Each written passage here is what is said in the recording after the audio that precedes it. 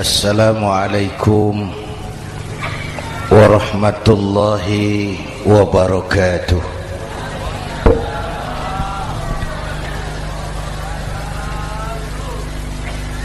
Alhamdulillahi wa kafa, wassalatu wassalamu ala sayyidina Muhammadin al-Mustafa wa ala alihi wa ashabihi ahli sidqi wal wafa, amma ba'd. Para ulama, para habaib, para masyayikh yang saya muliakan, yang terhormat Bapak Kapolres dan Bapak Dandim, Sahibul Bait, segenap keluarga besar Pondok Pesantren Raudhatul Muta'allimin Al-Aziziyah, bapak-bapak, ibu-ibu, hadirin hadirat ma'asyiral muslimin yang saya cintai. Saya bersyukur dapat menghadiri haflah Maulidin Nabiil Karim, dan saya bangga dan terharu dengan keberadaan Pondok Pesantren Raudhatul Muta'allimin Al-Aziziyah ini. Sekarang ini banyak orang bisa memberi contoh, tapi sedikit orang bisa menjadi contoh. Memberi contoh itu mudah, tapi menjadi contoh itu yang sulit. Oleh karena itu, pada kesempatan ini kita ingin mengambil contoh bagaimana Rasul melaksanakan perjuangan. Apa modal utamanya? Saya sampaikan 3 sajalah, mudah-mudahan selesai 10 menit. Yang pertama, modal utama perjuangan baginda Rasul adalah akhlakul karimah. Memperbaiki akhlak dengan akhlak. Oleh karena itu, Suramadu sudah selesai. Dari dan ke Madura jadi lebih mudah. Bahkan Madura akan jadi daerah industri. Tetapi yang kita ingin, Madura tetaplah Madura. Akhlak tidak boleh berubah. Zaman boleh berubah, akhlak tidak. Masa boleh berganti, tapi keyakinan tidak boleh mati. Nah, soalnya adalah kepada siapa kita harus berakhlak. Kita itu kan harus berakhlak kepada 2. Kita harus berakhlak pertama kepada Allah. Ini yang terpenting. 13 tahun Rasul berjuang di Mekah hanya memperbaiki akhlak kepada Allah, menanamkan tauhid, meluruskan akidah, membangun keyakinan. 13 tahun di Mekah itu, dengan perhitungan kalau fondasi kuat, bangunan aman. Kalau fondasi melenceng, bangunan bengkok. Kalau fondasi rapuh, bangunan runtuh. Bangunan bagaimana fondasinya, orang hidup bagaimana imannya. Kekuasaan dan jabatan baru ada manfaatnya kalau dipegang tangan orang beriman. Kalau tidak, yang muncul Fir'aun. Harta baru terasa manfaatnya kalau dipegang tangan orang beriman. Itulah sebabnya bangsa kita ini bukan cuma perlu orang pintar, kita perlu orang benar. Bahkan di masyarakat lebih baik benar tidak terlalu pintar ketimbang pintar tapi tidak benar.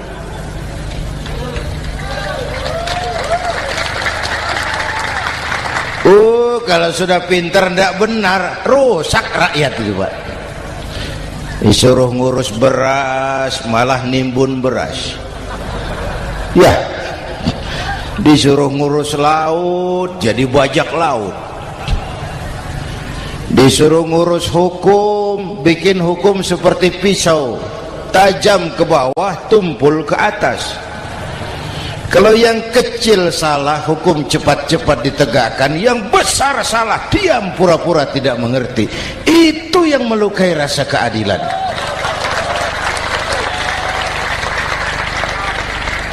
Mulai dari akhlak kepada Allah. Bagaimana cara berakhlak kepada Allah? Caranya dua. Pertama, jangan menyekutukannya dengan sesuatu pun. Yang kedua, jangan menyembah kecuali hanya kepadanya. Itu akhlak kepada Allah. Konsisten, disiplin. Saya bersaksi tiada Tuhan selain Allah, maka saya tidak akan menyembah kecuali hanya kepada Allah. Saya tidak akan takut kecuali hanya kepada Allah. Saya tidak akan minta tolong kecuali hanya kepada Allah. Saya tidak akan melarikan persoalan kecuali hanya kepada Allah. Saya bersaksi Nabi Muhammad utusan Allah, Nabi terakhir. Tidak ada Nabi sesudah Nabi Muhammad. Harga mati, titik. Disiplin. Ada yang mengaku jadi Nabi, wajib tidak percaya. Disiplin. Sekarang ini kan bangsa kita disiplinnya lemah. Korupsi agak sulit diberantas karena pejabat kita takut atasan tapi nggak takut Tuhan.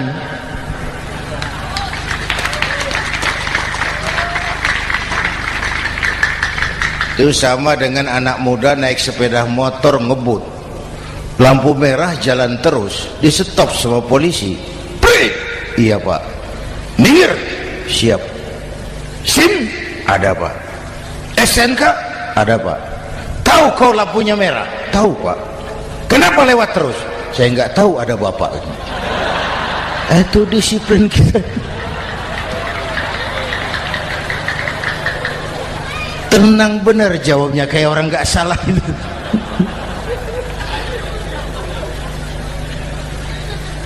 Iman. Apalagi belakangan ini saya sering bilang gini Pak, ini humor tapi agak tasawuf.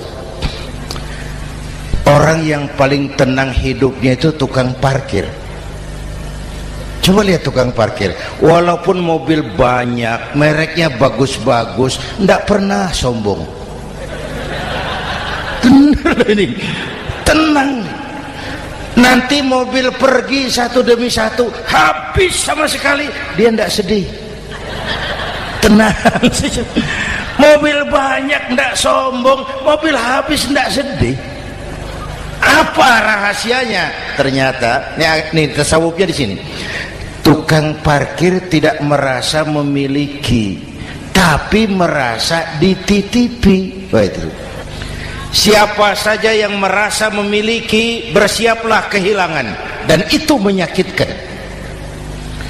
Tapi kalau merasa dititipi, jabatan, harta, anak, istri, semua titipan, hiduplah seperti tukang parkir. Pertama, titipan tidak boleh bikin kita sombong. Dititipi kok sombong, tidak pantas. Ya, Pak Zainuddin titip mobil ya, silakan. Yang punya mobil pergi, saya peteteng. Tidak pantas dititipi kok sombong. Ada orang dititipi jabatan oleh Allah sombong. Dititipi sombong.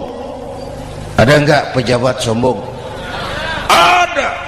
Namanya Fir'aun. Itu pejabat-pejabat sombong anak buah Fir'aun semua. Dititipi harta oleh Allah, jadi orang kaya sombong, sama tetangga tidak mau kenal, orang lain kecil semua, jalan tidak injak tanah. kuntilanak. Yang kedua penting, titipan harus dijaga baik-baik. Kalau tidak, yang nitip marah. Yang nitip marah. Pak, titip sepeda motor, silakan. Waktu diambil sepeda motor, kaca spion pecah, knalpot hilang, bemper hancur. Marah enggak yang nitip? Marah. Saya kan titip, kenapa enggak dijaga baik-baik? Dititipi harta oleh Allah jadi orang kaya supaya bangun pesantren, bela yatim, santuni yang lemah. Pelitnya 17 setan. Yang nitip marah.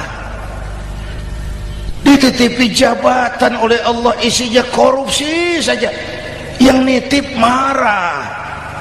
Nah, saya mau kasih lihat sekarang. Allah titip Indonesia. Allah titip Indonesia. Hai rakyat, ini Indonesia, aku titip, kata Allah. Sebentar, ada meja mau naik. Silakan, Mas. Iklan. Ya, terima kasih. Jangan disangka kalau disediakan air teh pidatonya jadi lama. Dekorasi ini kok. Sampai mana tadi? Hai rakyat, ini Indonesia, aku titip, kata Allah. Ini negara besar dan kaya. Titipan ini ditebus dengan keringat, air mata, darah, dan nyawa. Ini bedanya. Malaysia memang merdeka, tapi diberi Inggris. Singapura merdeka, diberi Inggris. Indonesia merdeka, keringat, air mata, darah, dan nyawa. Ini negara aku titip, kata Allah.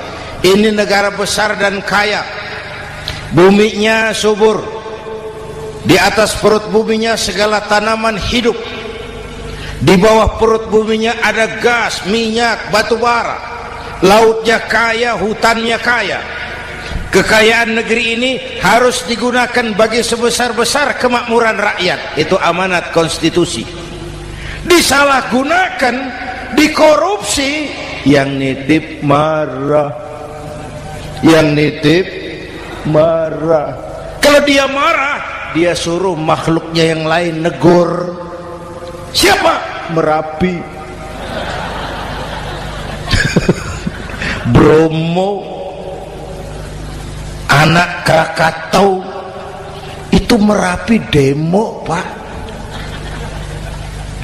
Kalau kita rakyat demo, anak buahnya Pak Danres turun. Tapi kalau Merapi demo, siapa yang mau ngatasi? Mbak Marijan. Selesai. Sekarang Mbah Marijan sudah kumpul sama Mbah Surip di alam barzah, dia sudah ketemu dia. Kata Mbah Surip, tenang Mbah Marijan, tak gendong, aman sudah. Aman sudah. Saya mau bilang Merapi itu makhluk, Krakatau itu makhluk, Bromo itu makhluk. Tidak mungkin makhluk bergerak dengan sendirinya, pastilah ada yang menggerakkan. Maka baik-baiklah sama yang bikin angin supaya bertiupnya sesuai keperluan. Baik-baik dengan yang bikin air supaya datangnya sesuai kebutuhan. Baik-baik sama yang bikin gunung supaya meletusnya pelan-pelan.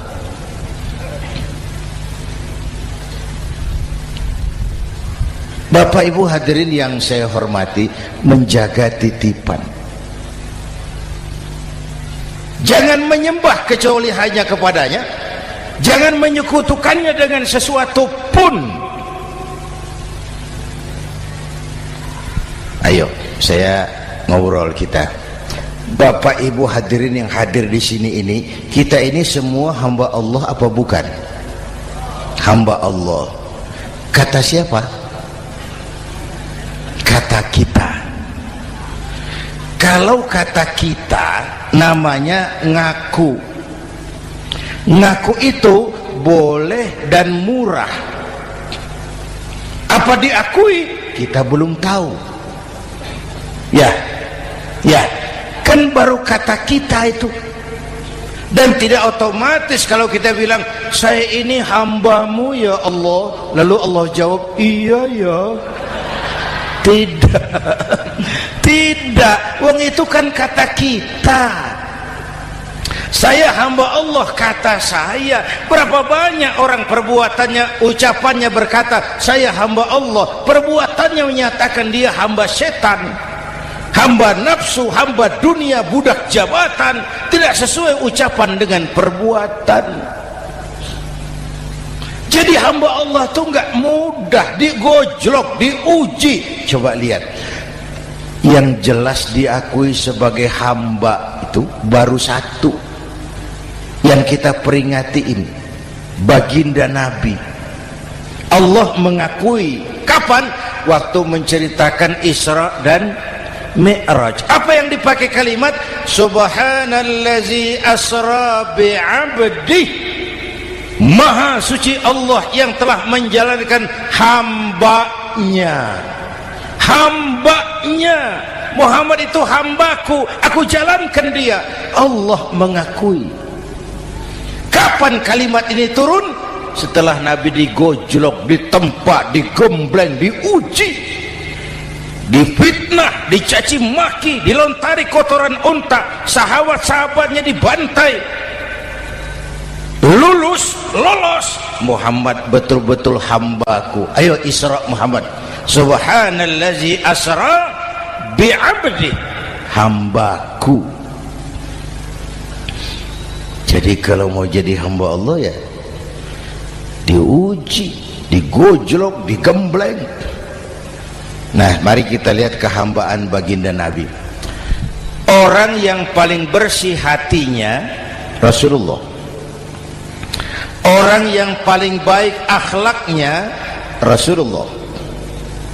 Orang yang dosanya sudah mendapat jaminan ampun Rasulullah. Tapi Rasulullah kalau sholat malam bengkak kakinya karena rajin sujud.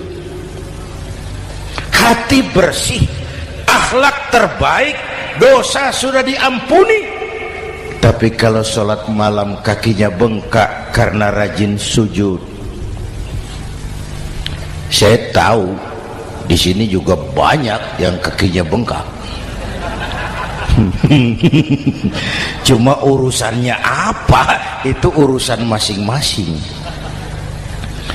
Pada tingkat seperti itu Rasulullah, saya perlu Allah. Saya perlu Allah, saya perlu Allah. Yang 100 tahun kita bangun selesai oleh gempa 3 menit. Ya. Yang 100 tahun kita bangun ternyata selesai oleh gempa 3 menit. Kita perlu Allah. Kita perlu Allah. Makanya musibah itu kan kalau menimpa orang baik-baik namanya ujian.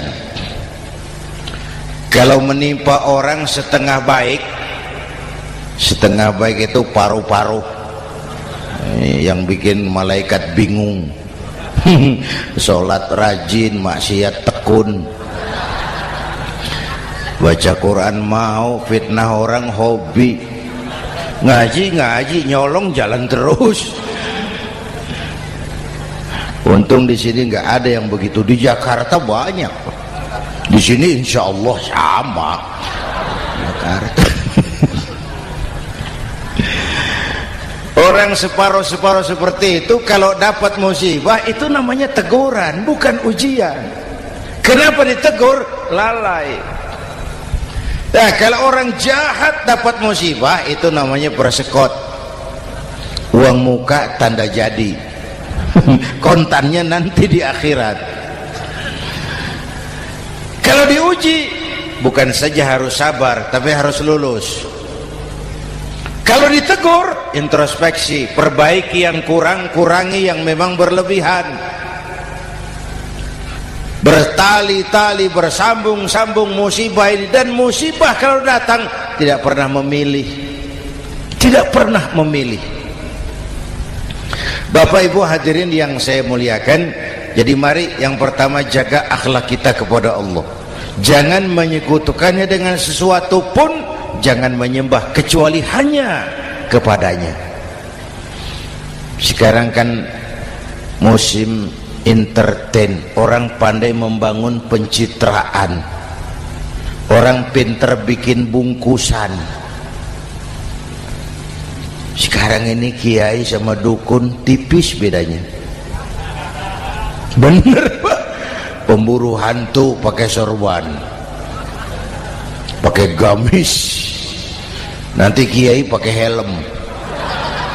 Atribut sudah kacau sekarang ini, siapa pakai apa, siapa mau jadi apa, ndak jelas. Sementara masyarakat kita memang agak kutil, kurang teliti, cepat heran, gampang kagum. Pernah terjadi suatu saat tabrakan di jalan, keras sekali, korban jatuh berlumur darah, dikerubungi orang banyak. Datang wartawan mau ambil gambar dari dekat, sulit, banyak sekali orang ngerubung. Dia cari akal, tolong saya dikasih jalan ke dekat korban. Orang menoleh semua, saudara siapa? Saya bapaknya korban, katanya. Dia mengaku bapaknya korban, ya orang minggir semua. Minggir, ada bapaknya korban. Orang minggir semua, dia maju ke depan korban. Sampai di depan korban pucat mukanya itu wartawan. Kenapa? Yang ketabrak anak monyet, Pak. Dia sudah ngaku bapaknya korban.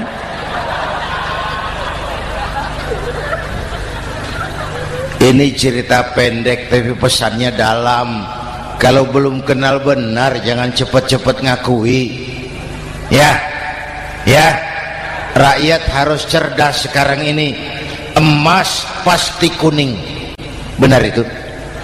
Apa semua yang kuning pasti emas? udah cerdas lah itu, Hati-hati, ini jangan pencitraan. Orang pandai bikin bungkusan. Oleh karena itu kita juga harus punya filter supaya tidak hanyut oleh kedangkalan pencitraan itu. Satu itu akhlak kepada Allah. Yang kedua, kepada siapa kita berakhlak? Kepada sesama manusia. Kepada sesama manusia itu siapa? Pertama, sesama muslim. Malam ini saya hadir di sini, saya tidak merasa tamu. Saya hanya keluarga di tengah keluarganya. Bahwa saya lahir di Jakarta itu sih kebetulan, saya nggak pesan. Yang kita tidak pesan jangan diributkan, kita nggak pesan. Warna kulit seperti ini kita nggak pesan. Dari suku apa lahir kita nggak pesan. Potongan seperti ini kita nggak pesan.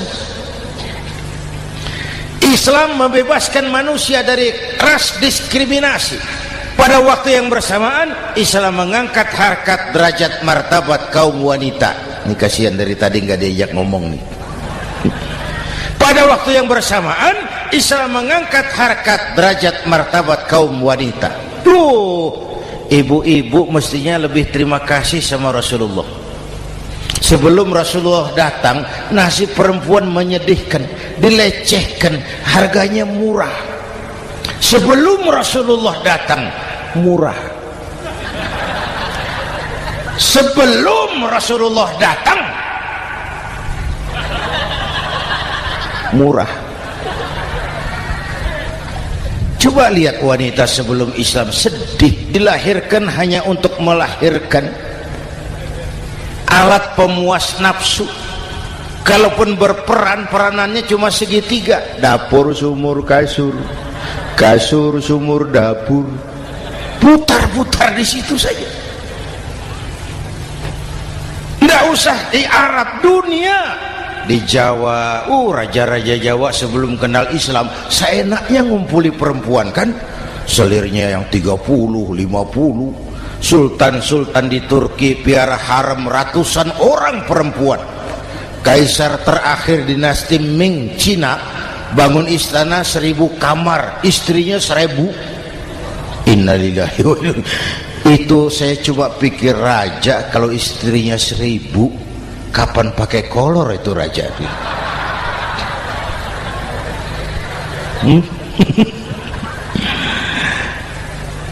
Rasulullah datang terenyuh, an-nisa imadul bilad, perempuan jangan diperlakukan begitu, perempuan tiang negara. Kalau baik perempuan baik negara, kalau rusak perempuan hancur negara.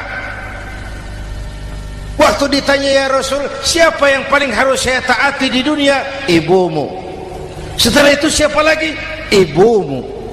Setelah itu siapa lagi? Ibumu. Setelah itu siapa lagi? Bapakmu. Menghargai perempuan, ibumu, ibumu, ibumu, bapakmu.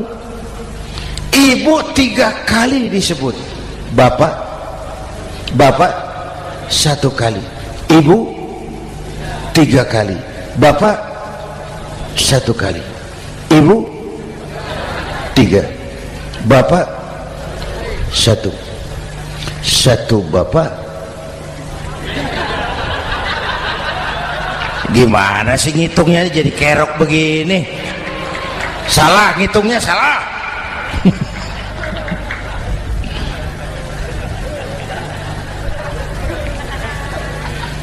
Lalu dicairkan kehidupan kemasyarakatan di masjid. Masya Allah, masjid itu pendidikan demokrasi betul. Pertama, siapapun masuk masjid copot sandal, buka sepatu. Benar itu? Ini masyarakat yang mau kita bangun. Tidak ada warga negara kelas 1, semua sama. Lurah masuk masjid buka sepatu, rah. Camat masuk masjid buka sepatu, mat. Gubernur masuk masjid buka sepatu, Nur. Nikmatnya masyarakat masjid, nikmatnya masyarakat masjid. Coba binatang saja harganya tidak sama toh. Sapi yang mahal yang gemuk, betul, karena harga sapi pada dagingnya. Makin gemuk sapi makin mahal harganya. Tapi ada burung perkutut lebih mahal dari sapi, padahal dagingnya sedikit betul. Kenapa harganya lebih mahal dari sapi? Harga perkutut suaranya. Di mana harga manusia? Yang paling gemuk silahkan bersaing dengan sapi. Maaf.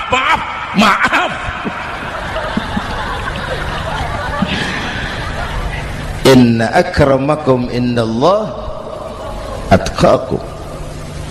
Masyarakat masjid sudah coba sandal, buka sepatu, sudah masuk ke dalam sholat berjamaah. Kalau sudah ke dalam sholat berjamaah, tidak pernah kita usil dari mana orang datang. Yang penting kemana dia menghadap. Itu masyarakat masjid. Dari mana kamu? Dari kidul, Pak, madhab ngulon. Kamu dari mana? Dari lor, Pak, madhab ngulon. Kamu dari mana? Dari kulon, madhab ngulon juga. Ini kan konsep bineka tunggal ika. Dari manapun orang datang, apapun warna kulitnya, dari suku apapun ia dilahirkan, kalau akidahnya sama, itu saudara kita. Lalu sholat berjamaah. Apa itu? Hidup bermasyarakat, berbangsa dan bernegara. Harus ada imam, harus ada makmum. Kenapa? Ini saya harus agak hati-hati ya, pakai sarung angin ini. Apa tadi ngomong apa saya? Sholat berjamaah, bermasyarakat, berbangsa dan bernegara. Ada imam, ada makmum. Siapa makmum? Kita ini rakyat. Siapa imam? Para pemimpin negara. Apa bedanya? Imam harus dipilih. Makmum nggak usah. Coba baca kitab fikih yang setebal apapun, nggak ada bab pemilihan makmum. Nggak usah, makmum nggak usah dipilih. Orang buta boleh jadi makmum, orang bisu boleh jadi makmum, tukang mabuk boleh jadi makmum, tapi tidak tiap orang boleh jadi imam. Imam harus dipilih. Siapa yang jadi imam? Pertama, a'lamuhum, orang yang paling alim di kampungmu angkat jadi imam. Yang paling alim, bukan yang paling tua. Yang paling alim, tahu urusan, punya konsep, punya visi dan misi, mengerti negara ini mesti dibawa kemana, jalan keluarnya apa, angkat jadi imam. Pak, ada dua orang Pak, alimnya sama, yang mana yang dipilih? Kalau ada dua orang alimnya sama, kata Nabi, afsahuhum, yang lebih fasih lidahnya. Apa artinya fasih? Nyambung sama rakyat, tahu apa yang dimaui rakyat, nyambung. Tidak sah orang fasih bermakmum kepada imam cedal.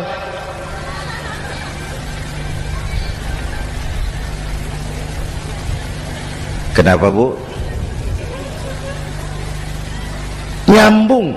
Capek kalau punya imam gak nyambung sama makmum. Makanya kalau sudah jadi imam, pesan Nabi apa? Idza amma ahadukumun nasa falyukhaffif. Kalau kamu jadi imam, ringankan sholat kamu, jangan terlalu panjang. Itu makmum tidak sama kekuatannya. Ada yang tua renta, diri saja sudah gemetar. Ada makmum yang punya darah tinggi, kalau sujud lama kepalanya sakit. Ada makmum yang sudah janji habis sholat mau terima uang. Jangan kalau sudah jadi imam di kota, sholat isya berjamaah, rakaat pertama selesai Fatihah, Yasin, bubar makmum itu. Jadi imam jangan terlalu lama. Kayak Husni Mubarak tuh, kelamaan jadi imam, 30 tahun, rakyat capek.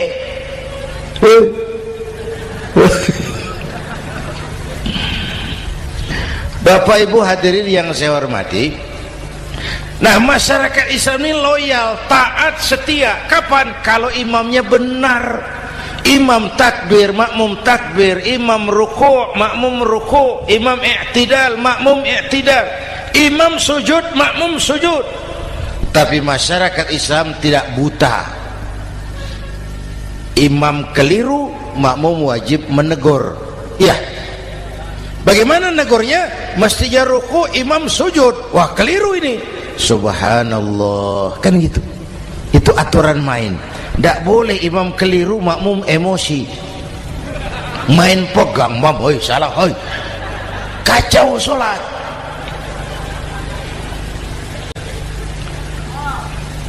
Imam buang angin, apa makmum lalu berkata, demi kesetiaan saya kepada imam, imam buang angin, saya lebih keras lagi. Goblok. Iyyaka na'budu wa iyyaka nasta'in. Sampai situ imam buang angin, minggir. Tidak usah ribut. Yang di belakang satu orang maju ke depan, lanjutkan pekerjaan imam.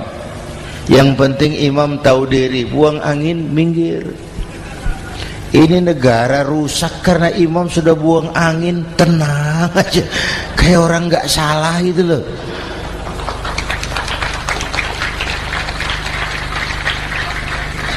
Selesai sholat dikasih tahu, imam tadi buang angin ya sedikit. Apa kalau nggak sedikit lalu nggak rusak sholat itu? Nah, dalam berjaga akhlak kepada sesama, ayo kita jaga kesatuan, persatuan, kerukunan, kekompakan. Ini pesantren Raudhatul Muta'allimin Al-Aziziyah, ini aset kita. Keberadaannya, pengembangannya, kelangsungannya bukan sekedar tanggung jawab pengurusnya, tanggung jawab kita sesuai dengan bidang dan kemampuan masing-masing. Yang punya jabatan bantu dengan wewenangnya, yang punya harta bantu dengan uangnya, yang punya tenaga bantu dengan tenaganya, yang bisa doa bantu dengan doanya, yang tidak bisa apa-apa bantu dengan diam. Diam saja lumayan loh itu membantu. Bapak Ibu hadirin yang saya hormati, saya ingat almarhum Panglima Besar Sudirman pernah bilang, kamu itu kalau mau menang harus kuat, kalau mau kuat harus bersatu, kalau mau bersatu hidupkan semangat silaturahmi.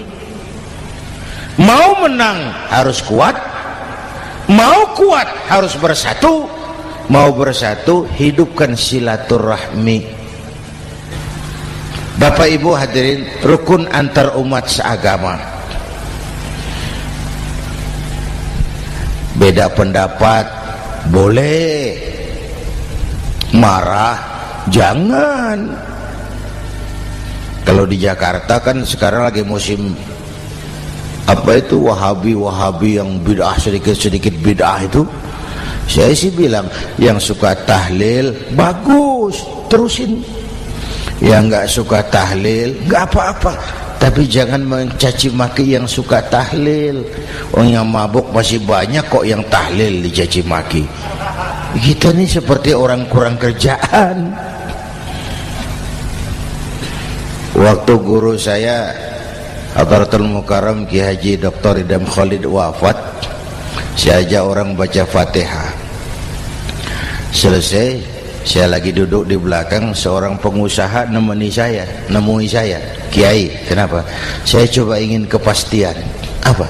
Orang yang sudah mati dibacakan Fatihah itu apa pahalanya sampai? Saya bilang gini, Mas, kamu kalau nggak percaya mati aja dulu. Saya bacain Fatihah, tunggu di sono. Kalau nggak nyampe balik lagi nggak apa-apa.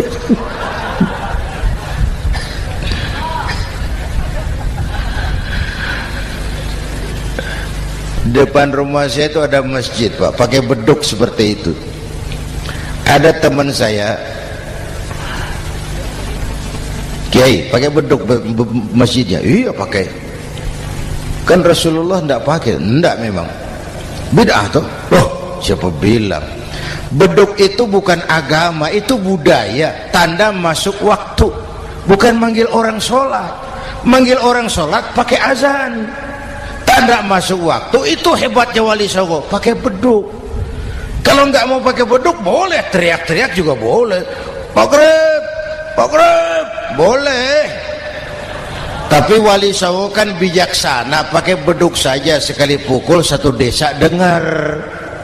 Itu bijaksananya dakwah Wali Songo. Kalau beduk dianggap bid'ah, miskin kita.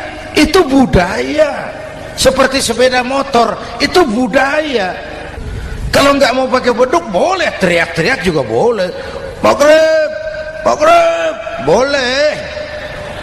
Tapi Wali Songo kan bijaksana, pakai beduk saja, sekali pukul satu desa dengar. Itu bijaksananya dakwah Wali Songo. Kalau beduk dianggap bid'ah, miskin kita. Itu budaya. Seperti sepeda motor, itu budaya. Kalau beduk dia nggak bid'ah, sepeda motor bid'ah tuh.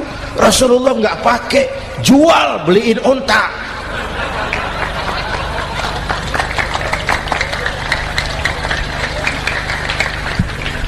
Ayo cari persamaan, jangan memperbesar perbedaan. Hormati pendapat orang, kalau pendapat kita juga ingin dihormati. Kasus Ahmadiyah meledak lagi di Cikesik, Banten. Lalu pendekar-pendekar HAM menganggap itu tirani, mengganggu kebebasan beragama. Dia lupa bahwa Ahmadiyah masalahnya bukan kebebasan beragama, tapi penodaan terhadap agama. Kalau kebebasan beragama sih umat Islam welcome. Orang mau Hindu, mau Buddha, mau Kristen bebas memilih agamanya masing-masing. Tapi ini kan Ahmadiyah lain, ngakunya Islam tapi ada nabi lagi sesudah Nabi Muhammad, namanya Mirza Ghulam Ahmad, asal dari India. Saudara hadirin yang saya hormati, ini yang prinsip penodaan terhadap agama. Kalau nggak ngaku Islam nggak masalah. Supaya mau aman caranya cuma dua, Ahmadiyah jadi agama sendiri, karena Malaysia sudah melarang, Brunei sudah, Rabithah Alam Islami menyatakan aliran sesat, Saudi Arabia melarang pengikut Ahmadiyah pergi bikin haji, dia dianggap non muslim. Cuma memang pemerintah kita nggak tegas. Kalau dari dulu dinyatakan dilarang, nggak akan ada lagi kasus-kasus seperti itu.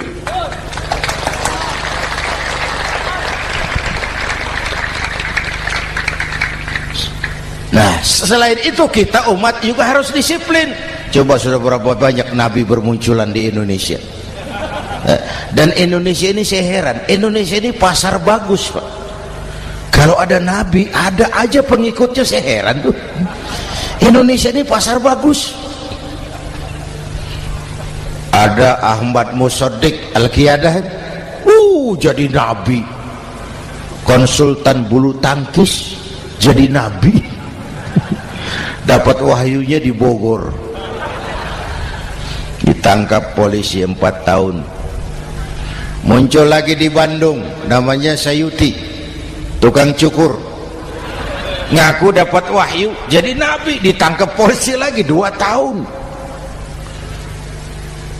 Di Malang Ustadz Roy, ya sebenarnya petinju, dia masuk Islam, mu'alaf, belajar Islam tidak pakai guru, diutak-atik ayat Quran. Sholat kita harus mengerti artinya, maka sholat boleh pakai bahasa masing-masing. Ramai masjid. 2 tahun penjara. Di Jakarta muncul lagi Lia Edan, ngaku Jibril, ditangkap juga oleh polisi. Kita salut sama polisi kita lah, bukan cuma teroris, Jibril ditangkap Pak Kapolres. Saya bilang sama teman-teman polisi, untung dia ngaku Jibril, Pak. Coba kalau dia ngaku Israel, lebih gawat itu.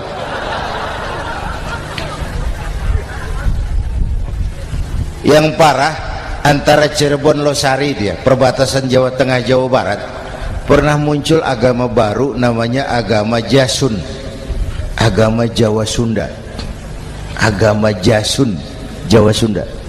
Yang jadi nabi Tugimin. La haula wala quwata. Saya bilang ini jangan jadi nabi, jadi kiai juga nggak angker ini. Al Mukarram Bapak Kiai Tugimin, nggak enak. Yang lebih ndak enak selawatannya loh itu. Kalau kita kan tadi nikmat tuh, ya Habibi ya Muhammad, nikmat rasanya itu. Coba ganti sama yang tadi, wah enggak, ya Habibi ya Tugimin, nggak enak itu, Pak. Jadi umat Islam itu sangat menghormati orang lain agama. Soal agama orang lain, lakum dinukum, awas hati-hati kalimatnya. Kita menghormati orang lain agama. Soal agama orang lain, lakum dinukum, kita memang yakin cuma Islam agama yang benar, tapi bukan berarti kita boleh menghina agama orang lain. Kenapa? Kalau agama kita yang dihina, kita kan sakit hati. Orang lain sama dong. Itu sebabnya Allah berpesan, jangan kau caci maki Tuhan mereka, karena mereka akan balas mencaci maki Tuhanmu. Dan itu artinya mencaci maki aku, kata Allah. Jelas ini? Jelas? Justru karena umat Islam mayoritas di Indonesia, maka kerukunan antar umat beragama terjaga dengan baik. Oh, kalau umat Islam mau main kasar, mau main kayu, mau main keras, umat Islam ini 85%, yang lain pasti selesai. Saya jamin selesai. Tapi kan tidak. Kita sadar betul ini negara Pancasila. Kita sadar betul bahwa kita harus menghargai orang lain agama, menjaga kerukunan, rukun antar umat beragama. Yang ketiga, rukun antar umat beragama dengan pemerintah. Dulu kiai saya bilang, sultanun zulum khairum min fitnatin tadum. Pemerintah yang jelek pun sebenarnya masih lebih lumayan ketimbang tidak ada pemerintahan. Kalau itu ukurannya. Coba umpama nanti Pak SBY sudah terlalu pusing, lalu pengumuman jam 000, seluruh rakyat Republik Indonesia saya umumkan mulai malam ini tepat jam 000 pemerintah bubar. Ayo bayangkan seperti apa kita tanpa pemerintah. Hukum rimba, yang kuat menekan yang lemah, yang kaya merampok yang miskin.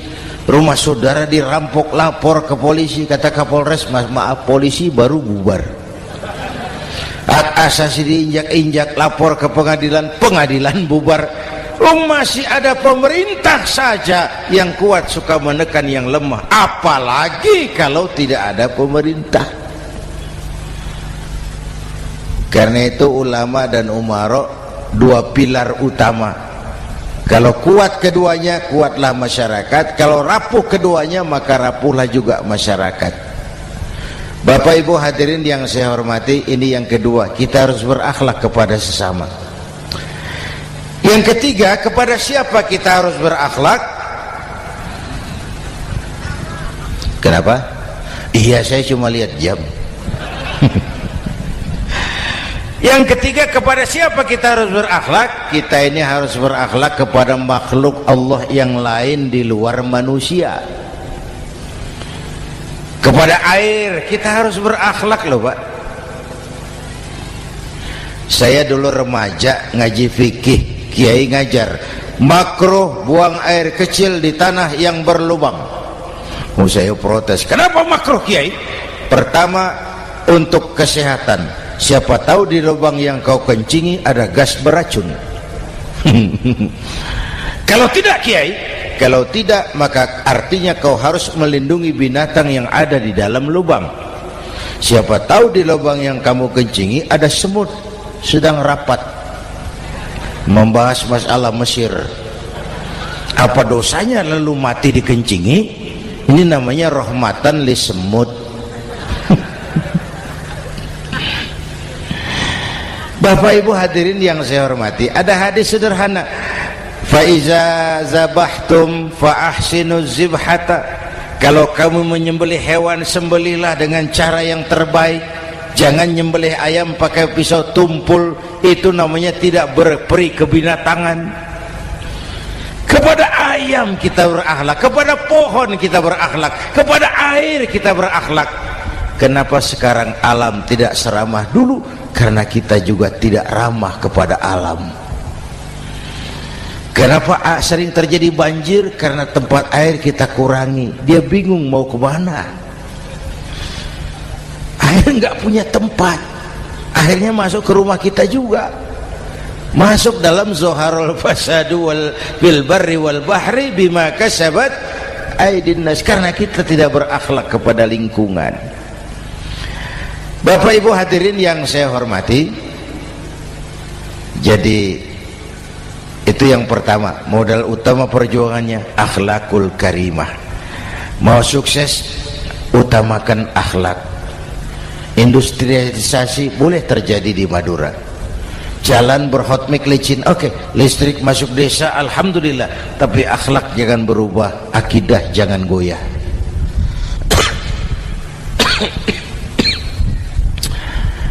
Teknologi tidak bahaya, yang bahaya orang yang menggunakannya. Wayang itu yang namanya cepot itu bisa selawat badar kalau yang megang Anom Suroto. Cepot bisa selawat badar kalau yang megang Anom Suroto. Wayang bagaimana dalangnya, teknologi bagaimana orang yang menggunakannya. Satu.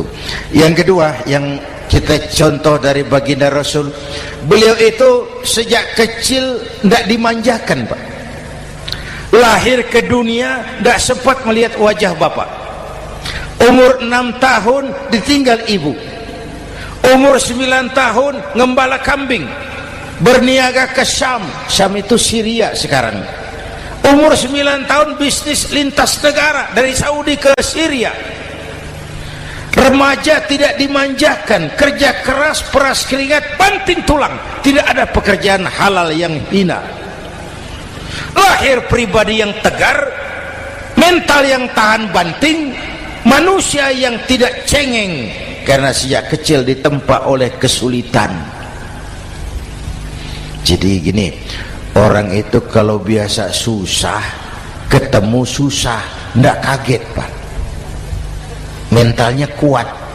Saya santri biasa makan kangkung, datang ke rumah teman dikasih kangkung, loh makanan saya ini, dikasih daging ayam, nambah. Orang tuh kalau biasa susah enak. Saya santri biasa tidur di masjid, disuruh nginep di hotel, pules, Pak. Tapi yang biasa tidur di hotel suruh nginep di masjid, encok. Hidup ini perjuangan. Mau sukses harus berani susah. Jangan seperti dulu nih cerita santri. Ada santri beternak lebah, ambil madunya itu. Satu hari dia mau periksa sarang lebah, naik ke pohon pakai tangga, pakai sarung biasanya santri. Dia lupa tidak pakai celana dalam, naik pohon periksa, entah bagaimana terpegang sarang lebah itu, berhamburan lebahnya keluar, salah satu masuk ke sarungnya, tergigitlah Al-Mukarramnya itu. Dia menjerit, aduh, jatuh berguling ke bawah. Sudah lama jatuh, dia buka sarungnya, dia lihat bengkak. Karena bengkak kan jadi besar, senang juga dia. Dia berdoa, ya Allah, hilangkan sakitnya, biarlah bengkaknya. Ini kan, ini doa orang nggak konsekuen. Bengkak dan sakit itu paket. Mau bengkak ya harus berani sakit. Masa sakitnya bengkaknya mau, sakitnya nggak mau. Itu satu itu. Yang kedua, kita ini sering kalau punya cita-cita sering seperti rapat tikus. Satu hari sekelompok tikus rapat paripurna tikus untuk mengantisipasi bahaya kucing. Bagaimana supaya kucing itu jangan lagi mengganggu kita? Akhirnya ada yang mengusulkan begini, bagaimana kalau di leher kucing kita gantungkan lonceng, supaya kalau dia datang dari jauh suaranya sudah kedengaran dan kita bisa lari menyelamatkan diri. Wah, cerdas tuh. Setuju, setuju semua. Setuju, bagus. Nah, oke. Waktu pembicaraan dilanjutkan, tikus mana yang mau menggantungkan lonceng ke leher kucing? Rapat bubar.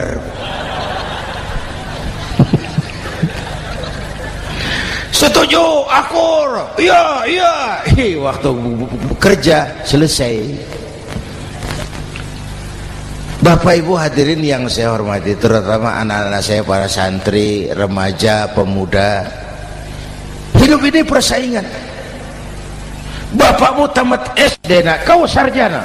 Bapakmu cuma jadi RT nak, kau camat. Bapakmu tukang tambal ban, kau harus punya pabrik ban. Anak saya pertama dulu saya titip mondok di Tebu Ireng.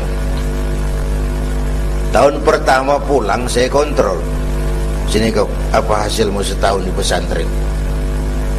Dia sodorkan saya sebuah piagam penghargaan juara lomba pidato di pondoknya. Saya heran, ini anak di rumah jarang ngomong, kok bisa jadi juara pidato? Saya tanya, kamu bisa pidato, apa yang dipidatoin? Dia bilang, kan kaset ayah dihafalin gitu. Ya saya ketawa juga, waktu itu dia masih anak-anak. Baiklah, tapi apa cita-citamu? Saya kepengen seperti ayah. Wah, kau ini salah. Kalau aku ayahmu di matamu menurutmu hebat, mestinya kau 10, 100, 1000 kali lebih hebat dari orang-orang yang kau anggap hebat. Karena tantanganmu akan lebih berat dari tantangan yang aku hadapi sekarang.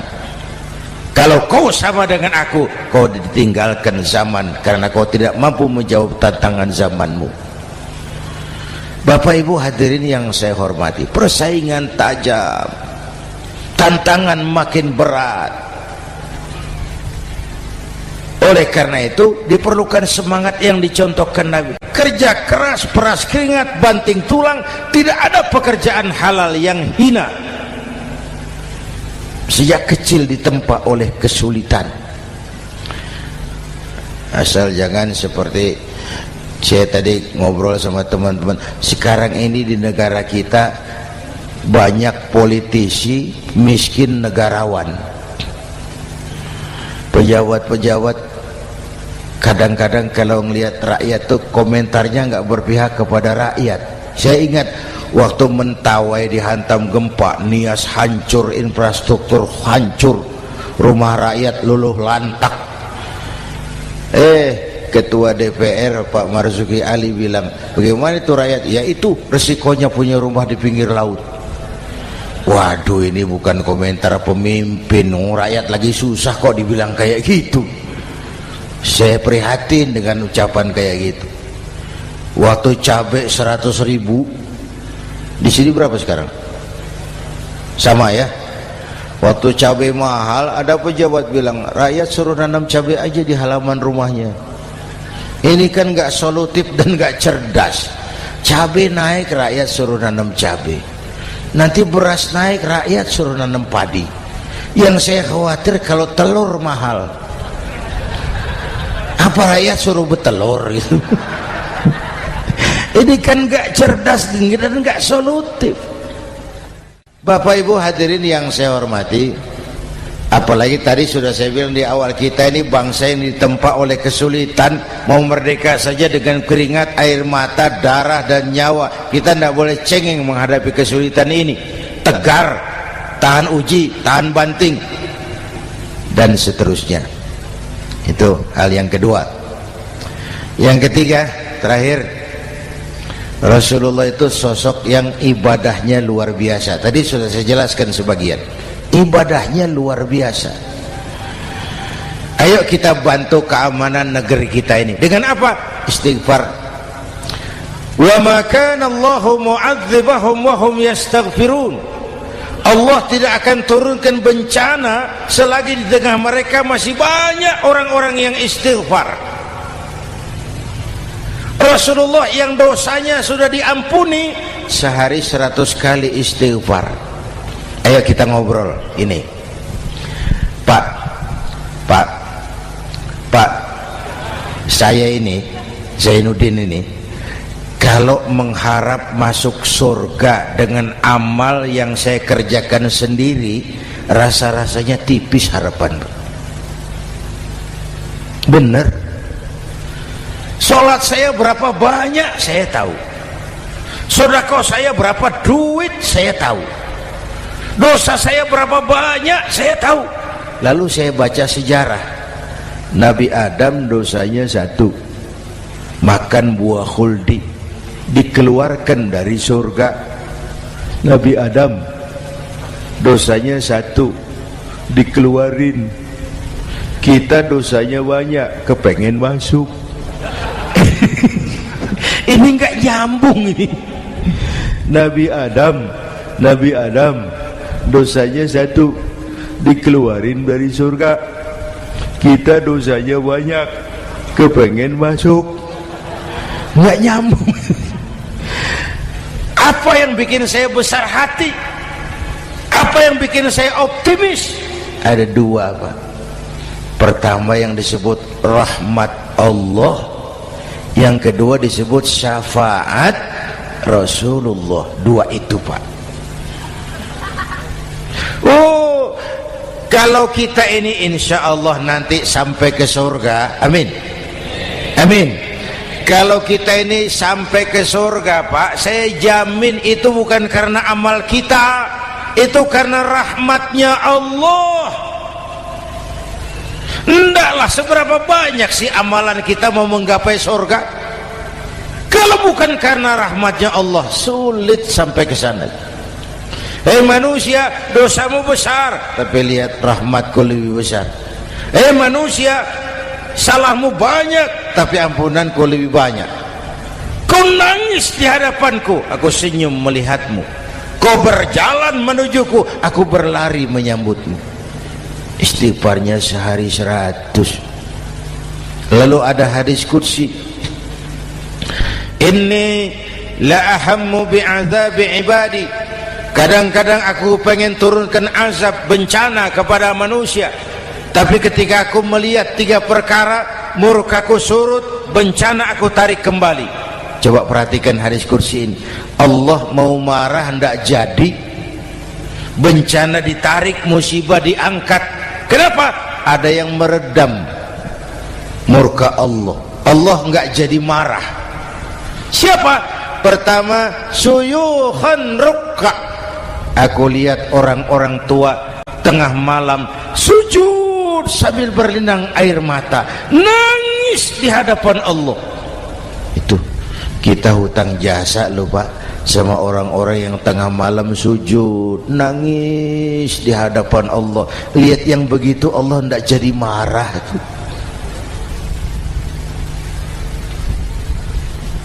Saya tahu ini bapak-bapak ini, ibu-ibu kan suaminya sering bangun tengah malam ya, Bu.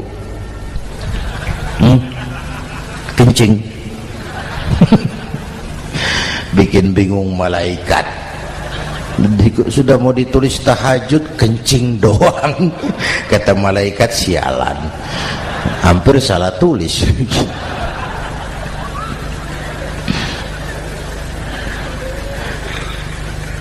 Aku lihat orang tua tengah malam sujud sambil berlinang air mata. Lalu aku lihat bayi-bayi tanpa dosa masih menyusu, sibyanan rudda. Bayi-bayi tanpa dosa masih menyusu, suci bersih, belum ternoda. Wa bahaiman rudda. Dan aku lihat binatang ternak melata mencari makan, kambing mudah cari rumput. Alam terjaga keasriannya. Bagaimana bencana enggak mau nambah? Kita mengamalkan hadisnya juga terbalik. Yang diminta itu orang tua tengah malam sujud, bayi tanpa dosa nyusu. Sekarang bayi tanpa dosa dibuang ke tempat sampah gara-gara orang tua tengah malam nyusu. Terbalik namanya. Yang diminta itu orang tua tengah malam sujud, bayi tanpa dosa nyusu. Ini bayi tanpa dosa dibuang ke tempat sampah gara-gara orang tua tengah malam.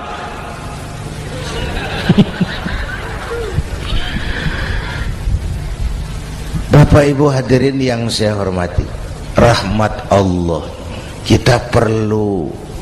Yang kedua, syafaat Rasulullah. Mari saya cerita syafaat sedikit. Ini sudah jam 00:05 ya. Ini kalau hitungan Indonesia ini sudah ganti hari, Pak. Jadi inilah ceramah terpanjang di dunia. Bayangkan saya pidato dari hari Selasa sampai hari Rabu.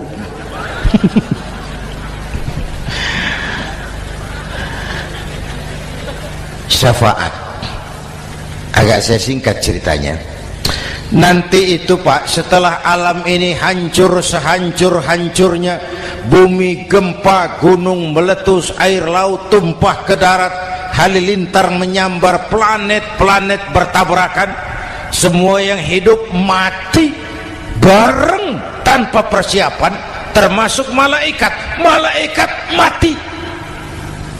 Yang tinggal cuma Allah sendirian. Yang lain hancur semua, tinggal Allah sendirian. Allah patroli, berseru-seru, limanil mulkul yaum, ahai, siapa penguasa hari ini? Mana Fir'aun yang ngaku Tuhan? Nongol kalau memang Tuhan. Mana Abrahat, mana Namrus, mana itu Benito Mussolini, mana itu Adolf Hitler, mana itu Hosni Mubarak? Penguasa-penguasa yang ngaku berkuasa, nol kalau memang penguasa. Gak ada yang jawab Pak, semua sudah rebah. Allah lalu berkata, la ilaha illa ana. Ternyata tidak ada Tuhan lain selain aku. Allah sombong waktu itu. Kalau Allah sombong itu pantas. Hadis qudsi mengajarkan al-kibriya'u libasi, sombong itu pakaianku, kata Allah. Cuma aku yang pantas pakai. Kamu manusia nggak pantas pakai pakaianku, kebesaran.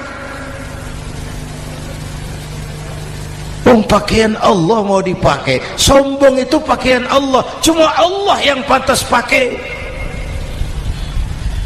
Nanti itu yang pertama dihidupkan bukan kita, malaikat dihidupkan lebih dulu. Tiupan pertama, malaikat hidup semua, diatur panitia akhirat. Yang nyambut tamu siapa, yang pimpin marawis siapa, Malik siap, sediakan neraka, aku mau bakar itu bajingan tengik yang waktu di dunia nggak mau sujud, jauh dari ulama, tinggal di masyarakat jadi biang kerok, sama yatim kejam. Sediakan neraka. Baik Ridwan, iya, sediakan surga. Aku mau balas hamba-hambaku yang waktu di dunia rajin sujud, dekat dan cinta kepada ulama, santun kepada yatim, suka menolong orang yang memerlukan pertolongan. Baik Jibril, Mikail, iya, ke surga. Untuk apa ya Rob? Ambil kendaraan bernama Buraq, turun ke alam, cari di mana kubur kekasihku Muhammad, bangunkan dari kuburnya, bawa ke surga. Turun Jibril dan Mikail, cari kubur Nabi. Wong alam sudah hancur-hancuran, jangan cari kuburan, cari bangkalan aja nggak ketemu. Bingung dua-dua. Jibril sebelah mana kubur Nabi? Nggak tahu Mikail. Lalu dua-duanya sujud mohon pertolongan Allah.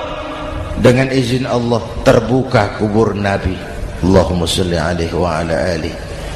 Bangun dari tidur seperti orang bangun dari kubur, seperti orang bangun tidur. Nabi mengusap mata, menoleh ke kanan Jibril, menoleh ke kiri Mikail. Lalu tanya, ayu yaumin hadza ya Jibril? Ini hari apa Jibril? Ini hari apa? Hadza ma wa'ada ar-Rahman. Ini hari yang dijanjikan Allah Muhammad. Ini kiamat. Kiamat Jibril? Kiamat. Jibril, kalau memang ini hari kiamat, aina ummati? Umat saya mana Jibril? Umat saya mana? Allah karim. Belum pernah saya lihat di dunia ada satu pemimpin yang begini besar cintanya kepada umatnya seperti baginda Rasul. Dari dunia sampai akhirat beliau cinta kita. Dari dunia sampai akhirat beliau bela kita. Bangun dari kubur, tahu hari sudah kiamat, yang pertama ditanya, aina ummati? Umat saya mana Jibril? Kita yang ditanya. Kalau saya yang pertama dibangkitkan dari kubur, lain pertanyaannya. Ini hari apa Jibril? Kiamat Zainuddin. Oh, bini saya mana Jibril? Nabi enggak tanya Khadijah wala Fatimah wala Aisyah, aina ummati? Umat saya mana Jibril? Umatmu? Iya. Kau manusia pertama yang dibangunkan dari kubur. Yang lain masih dikubur. Oh. Lalu kita ke surga Muhammad. Perintah Allah, perintah Allah. Sampai di surga seperti orang tidak betah Nabi itu, resah, gelisah, mondar mandir, mukanya murung. Yang punya surga kan negur, Muhammad, labbaik ya Rabb. Tidak enak di surga ya? Enak. Kok kamu seperti orang nggak kerasan gitu loh, resah, gelisah. Kenapa? Saya teringat umat saya ya Allah. Umat saya bagaimana nasibnya? Iya, saya sudah enak di DPR. Salah. Saya sudah enak di surga. Gaji cukup, kursi empuk, dapat mobil dinas. Nggak.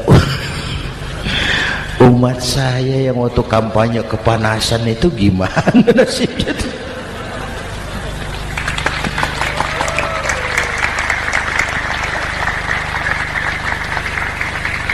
Makanya dulu di Senayan, di depan kantor DPR tuh banyak tukang kaca jualan di situ. Saya bilang ini tukang kaca pintar dagangnya di situ. Pas, maksudnya supaya yang mau berkantor di situ ngaca dulu. Ya, wakil lurah pasti tidak lebih tinggi dari lurahnya. Wakil camat tidak lebih tinggi dari camatnya. Oh, ini kenapa wakil rakyat kok selalu lebih tinggi dari rakyatnya?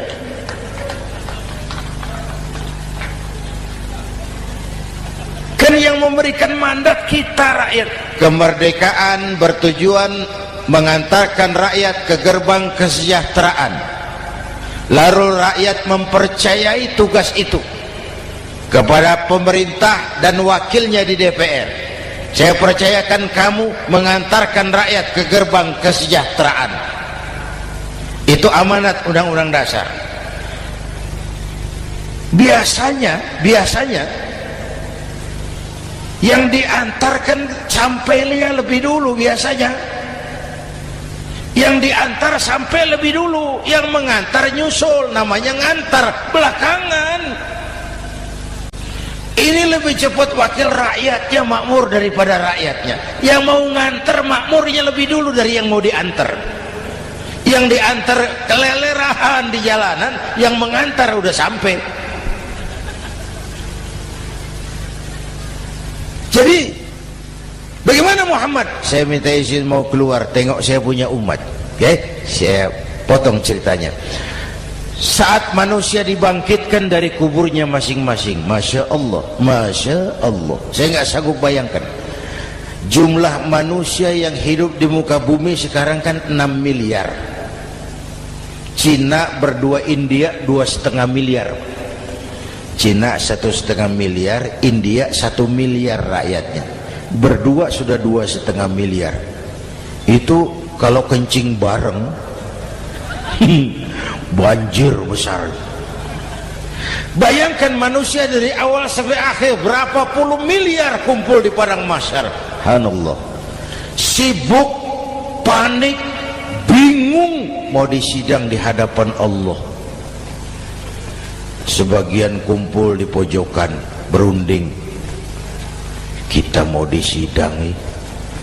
Terus ayolah kita cari bantuan. Kemana? Adnan Buyung. Begini. Kita ini kan anak cucu Nabi Adam. Pantas dong kita minta tolong sama beliau. Yuk, setuju. Berangkat cari Nabi Adam. Ya Adam, anta abal bashar. Adam, tuan datuknya manusia, kami cucu kamu, anak turunan kamu mau disidang, tolong kami Adam, tolong. Kata Nabi Adam, Quraisy mas, rombongan Jawa udah aku naik mumet lagi sama Nabi Nuh saja. Nuh bilang tidak bisa, saya juga punya masalah, pernah minta obat ditenggelamkan. Ibrahim barangkali, semua Nabi hand up, angkat tangan.